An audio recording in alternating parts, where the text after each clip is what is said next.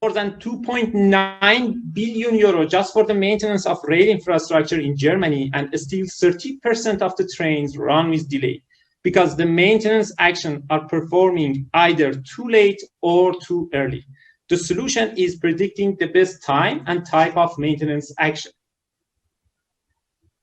We collect data via our sensors and camera on the trains, like what we are doing for InfraBel, and we generate data via simulating a running train over the infrastructure, like what we are doing for DB Netz.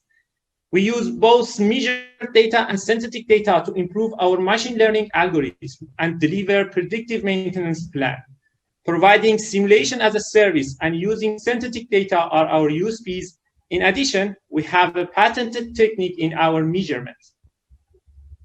I'm Farzad Vesali, a PhD in rail engineering, furthermore, a master in software engineering, a PhD student in energy system engineering, and another master in mechanical engineering are supporting me in the team.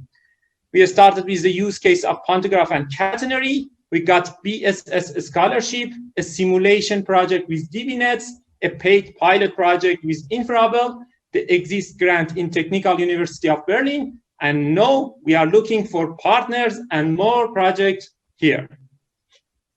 Thank you.